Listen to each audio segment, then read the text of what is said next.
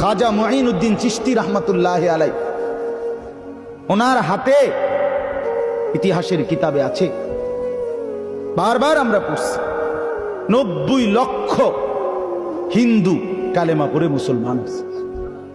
9 লাখ না, 9 লাখ, 90 লাখ। খাজা মুঈনুদ্দিন রহমতুল্লাহ একবার 15 দিনে ওনার হাতে 7 লক্ষ কাফের মুসলমান হয়েছে।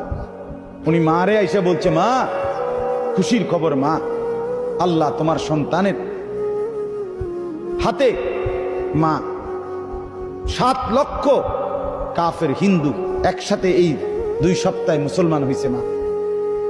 খাজা মুঈনুদ্দিন চিশতি রহমতুল্লাহ আম্মা বলছে, আল্লাহর কসম বাবা, এটা তোর হাতের বরকত না, এটা আমি মায়ের পবিত্র দুধের বরকত।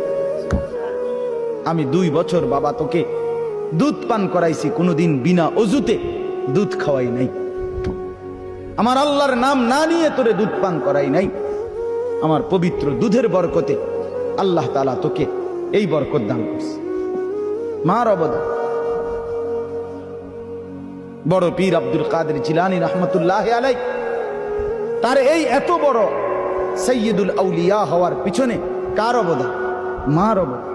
ছোটবেলার মার সবক, মা সেই ছোট্টবেলার সবক দিছে, কোন অবস্থাতেই জীবনে সুখে কিংবা দুঃখে, বিপদে কিংবা মুসিবতে মিথ্যা বলবে না বাপ, এটাই তাকে সৈয়দুল আউলিয়া বানায় দিছে। বায়েজিদ বুস্তামির মতো মানুষ, এত বড় মানুষ হয়েছে, জগৎ বিখ্যাত বুজুর্গ হয়েছে, কার দোয়া? মা।